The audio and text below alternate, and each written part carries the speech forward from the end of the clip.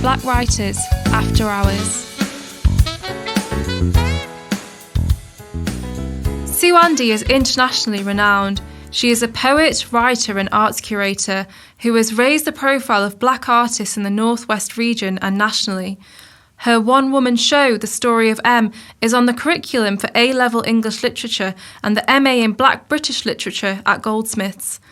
I began by asking SuAndi how it all started. When my mum died, I decided to write a book about her life. Mm. So if I ever had children, you know, they have some background. And a readers group, somebody I knew was in a reading group, and I sent it to them, and they said you should send it to a publisher, which I did, my only copy. Mm-hmm. And it's just in the days of cardboard, you know, carbon paper, that duplicates. Mm-hmm. And they sent it back, God bless them, and said there wasn't enough racism in it. Oh. By that time, I'd met some people, I think I'd met them who were writing poetry. They were part of Identity Workshop. Mm. Len was in the post as well. Yeah. And they were doing a launch and asked me to put together a fashion show. Mm-hmm. Their launch was A4 paper stapled together. I mean, it wasn't a proper book. Mm-hmm. But I saw that they got paid. Mm-hmm. I think they got the bus fare. Mm-hmm. And I thought, I could do that. I could get paid for talking. Yeah. That's a good idea. And I quite like poetry. Mm-hmm. And that's how it started. And then at the same time, more or less, I got the job as the Black Women Writers Development Worker at Cultureword. Yeah, and you were sharing an office with Lem. Yeah, Lem and I were sharing an office and sharing the chaos and sharing the laughter and sharing the arguments and you name it, yeah. Must be some great memories. I think we were a pain in the backside to the other staff because we're both strong-minded black people and immediately knew we had to fight our corner because liberalism, can't say it, is a difficult one to fight against. It's let's agree to differ. Well, let's agree to differ means you don't resolve anything. Yeah. So there was always a bit of tension there that was going on. Right. But Len was on the verge of exploding, so he wasn't there that long that I was there. Right, huh. And then because you said that, you love talking, and I know that you've said that you write to perform, and so then how did you kind of transition from that performance to things like directing or writing librettos, and kind of what's the evolution into all these different kind of forms? So go back to the beginning. So Lem was my teacher, or my mentor, whichever you want to put it. I did my first workshop, I think, from him. And my first performance, I joined and co-founded, really, what became Black Scribe. Originally just to be an administrator in the group of black women writers and performers. Tina Tansho, Elaine Nakudo, etc., etc. And my first performance was also the first time I emceed, which is ridiculous. And that was a real eye-opener because people came from London. We thought they were big stars. I mean, they were, but in the sense that we did it. So it was Jean Binter-Breeze, Grace Nichols, John Agard, people like that. And then I started to get onto the circuit of performing. You hear comedians saying about doing the working men's club circuit. Yeah. We did that. Lem and I definitely did that. And Henry Normal once told me, never say no. So if somebody offers you something, say, who else is in there? Or, who's performing? So you get an idea of your fee. Yeah. Where is it? Yeah. And say yes, and then go away and think about it. Yeah. And then if you think, I can't do this, go back and say, I'm so sorry, but my diary's busy on that date. Right, yeah. So with the libretto, I said yes. I thought I'll look at it afterwards. I didn't know how to spell it. Okay. And I assumed that the composer would write the music and I'd put the words on top of it. That's easy. Yeah. You write the words first. Oh, okay. That's right. not that easy. No. So I was lucky that Richard Chew seemed to understand what I was trying to say. Yeah, very lucky. So my motto is never say no, just say, yes, that's very interesting, and then go on. Yeah. Okay, wonderful. And with all the projects that you've been involved in, how have you continued to find like time to be creative and time to write? You haven't? No, I haven't, no.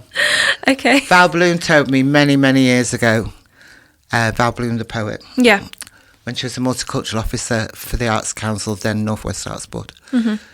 I think you can go far, but you've got to leave BAA. You can't do the two, and it is a price you pay. But having said that, I wouldn't have done the variety of things I've done if not for BAA and its members and working together in partnership. Yeah. So I don't regret it. I think my bank manager does. Okay. But I don't regret it, not at all. Yeah. Okay. Yeah. And where do you kind of find that courage, to be honest about some of the more difficult topics, and when you're writing about race and performing about race, especially, a few years back, really? I think my performances regarding race years back were very naive. There was a bad side, there was the enemy, the white people. Right. There was a good side, the Yeah, black people. Writing poems about South African experience, no idea about empathy with it, but you can't write in that voice because our life is so easy in comparison. Yeah. So I think there was a naivety, there was an anger. I remember finding the evaluation forms I used to do for schools that were so patronising to the teachers. They must have hated me. But because there was nobody, especially in Manchester area or the north, to go to for guidance, then you had to, you ended up exposing your naivety. I used to write things on the evaluation form. If the black artist says something you don't agree to, don't confront them right away. Go home and think about it. I thought, who the hell is she? Yeah. Even though I believe that's right. Yeah. But, yeah, it was a bit bad to have done it like that. But maybe you felt you needed to be like that and to protect yourself. And protect the artists I was working with. Yeah. But then the other side of that is, if I worked in a school where there was like one or two black kids, so in this one example that stayed with me, I must have referred to the black girl in the room as sister a couple of times. Right. And the white kid said to me, am I not your sister? And I thought, oh my God, I must never do that again. So my wanting to connect with the black kid, I'd pushed out all the white kids in the room. Yeah. So, every day is learning, and I think you have to listen and say, wow, I was wrong there. So I could go back to probably 50% of all the schools I've worked in and said, I think I was out of order on something. But you were learning on the job. Yeah. On the job. Yeah. But did you have kind of people that were sort of mentors or No, we were all learning. Okay. That's what I'm saying. We were all learning. Yeah. It was all a new way of working, of being in school, and going into schools as practitioners, not as stars. That makes sense. So I do know writers are going and they do a few poems to the whole school. Yeah. But they don't actually do sessions with the kids and write. Yeah. So we were all learning, and the teachers were learning as well. I can remember a boys' school in Leeds, and this lovely man said, I'm going to sit in with your workshop, then when you've gone, I'm going to do what you do. And I said, really? I don't think so. And at the break he said, I can't do what you do. And I said, no, because you're not black and you're not a woman. And he said, yes, I've learned that. So, the whole thing. What about creatively, though? Were there writers you were looking to or that had even spurred you on? I mean, like you said, you had Lem, but then were there other... Well, Lem's different. He's a man, to start off. And writes from a different point of view and a different style. Yeah. Val Bloom, very much so. And I came out as a writer just before Maya Angelou got popular. Thank God. Because in presentation, I recognise a similarity. And I think people would have said, oh, you're copying my handwriting. Right, yeah, And people often say, who inspires you, etc., etc. What I did know I didn't want to do was say, the next poem I'm going to write was inspired by blah, blah, blah, blah, blah, blah, blah. And I wrote it, blah, blah, blah, blah, blah, blah. And I think the poem speaks for itself. Yeah, well, it doesn't, because you just told me where you wrote it, why you wrote it, where you... Yeah. Like, yeah, sort of disclaimer before you... Exactly. Yeah. And because I'm a chattery, I would just start the poem. Yeah. Maybe with a very small introduction and then try and change the delivery. Mm-hmm. And that came about because I wrote a poem about a white woman who gets a perfect suntan. Mm-hmm. And it's so good that she gets arrested for shoplifting suspicion, gets sent down, goes into prison, is treated badly, the suntan fades, she gets encouraged to appeal, and she comes out and decides never to do fake tanning again. I'm putting it in a polite way. And the first few times I did it, people said, oh, did that happen to you? I'm a black woman, what are you talking about? So I decided to do it in a different voice. Right, I see, okay. And then I've got another one, these are poems from years ago, about a young girl gets pregnant. And in the South, people would say, oh, pregnancy like that is very prevalent in the North, isn't it? What do you mean? So you realise that people have stereotypes that you don't even imagine. Yeah. So I would do it in a kind of Manchester accent in this side of the country, and a posh one on the other side of the country. Right, yeah. To say, this is happening in your community too. Yeah. Okay. So from all the work that you've done, whether it's both from your creative or the projects that you've managed, is there one particular moment that you're most proud of? In my father's house, always. 147 men on stage. Yeah. Bump. Gosh. Yeah. And repeating it. I mean, I did it the first time with 10 artists, and I did the next one, 64 men on my own. Yeah. Watching those guys, seeing them later going into contact as audience members, and seeing them hug each other. I was always in love with Hill Street Blues. Don't you remember that? It was a police programme. Do you remember it? The police programme? No! Oh, my God. And they always hug each other. It was like a CIA kind of a programme. Okay. And I'd never seen black men do that until I worked with the Hittite Empire from LA, who did that. And when they came over, they kind of got men used to hugging each other. And Ronnie Fraser Monroe, even a week ago, referred to the fact that in the warm-up sessions with the artists, I made 3 of them cry. I didn't make 3 of them cry. They felt safe enough to cry. Yeah. So, in my father's house. And then I suppose Lovely. Mary Seacole. Yeah, okay. Even though I still don't like opera. But I did sit in Covent Garden thinking, oh my God, I wrote this. Yeah. Do you know what I mean? Bloody hell, I'm clever. Yeah, for sure. And what, if you could go back and when you were first starting out, or even the sort of hurdles that you faced, or the learning on the job that you had experienced, what kind of advice would you have wanted to hear, and probably that writers even today kind of still need to hear? Leave your ego in the bedroom. I recorded a double cassette. Who remembers cassettes? For Bop Records, and it was reviewed by the late Eartha Kitt, who I ended up hanging out with.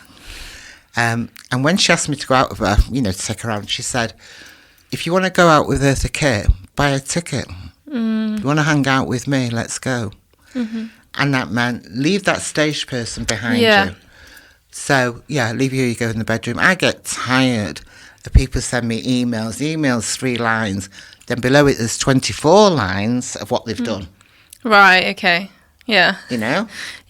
And that self-promotion on social media. That, aren't I wonderful because I'm doing that and I'm doing that and I'm doing that.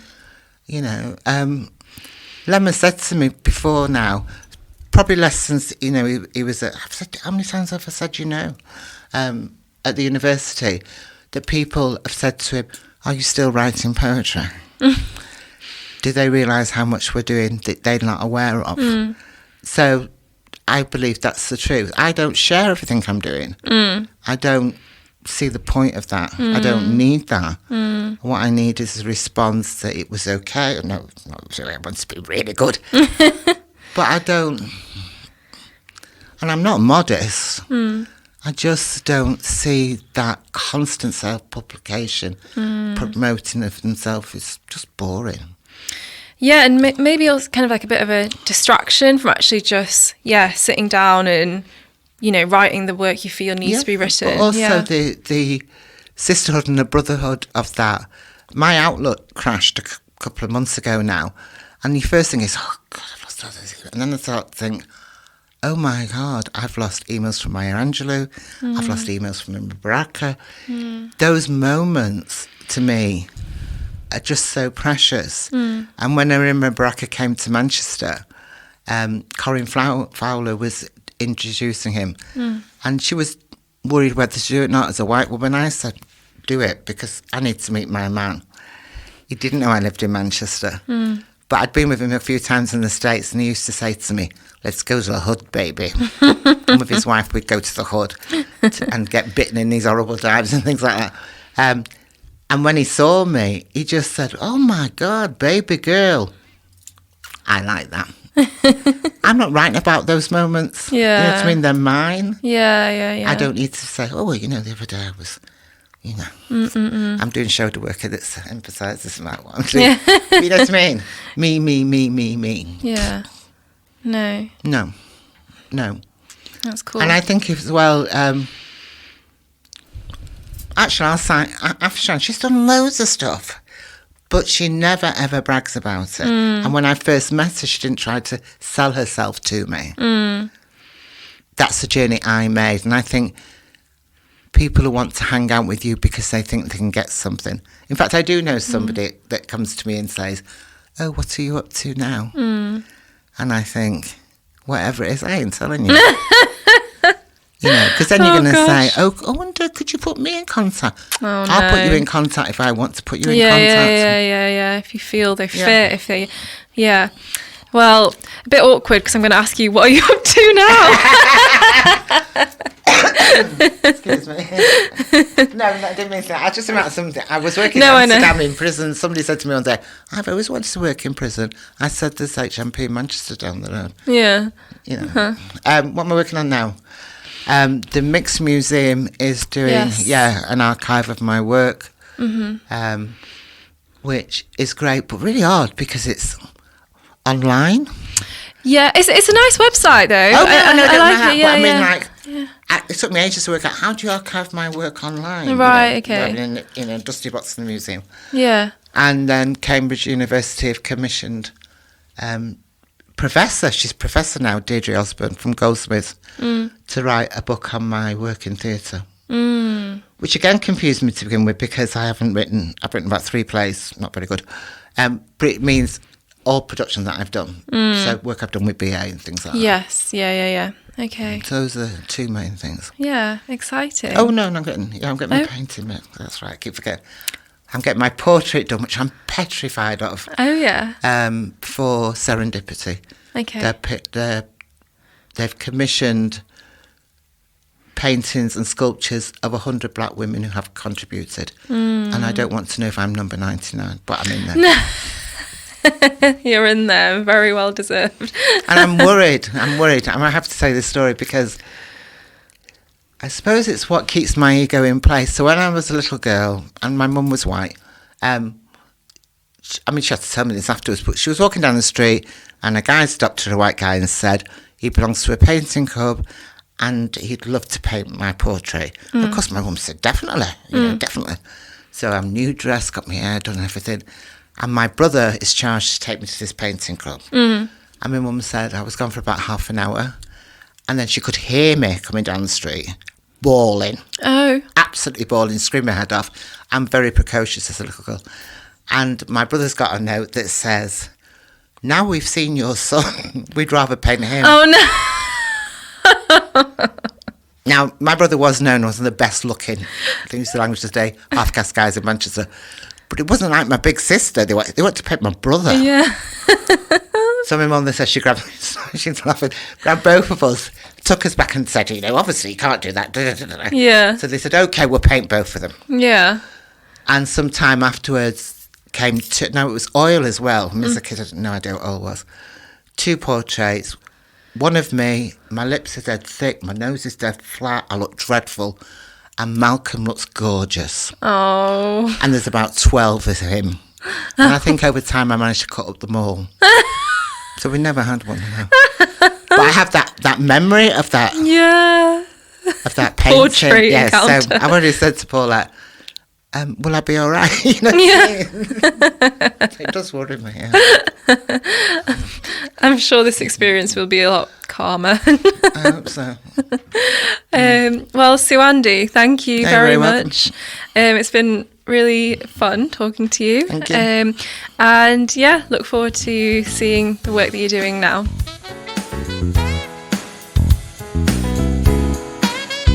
The prompt is, I say yes to.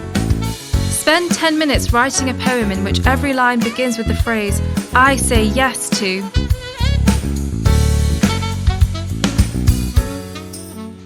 This is a Cultureword production. Thank you to our funders, The Space and Arts Council England. Recorded at Silver Lining Music Studio.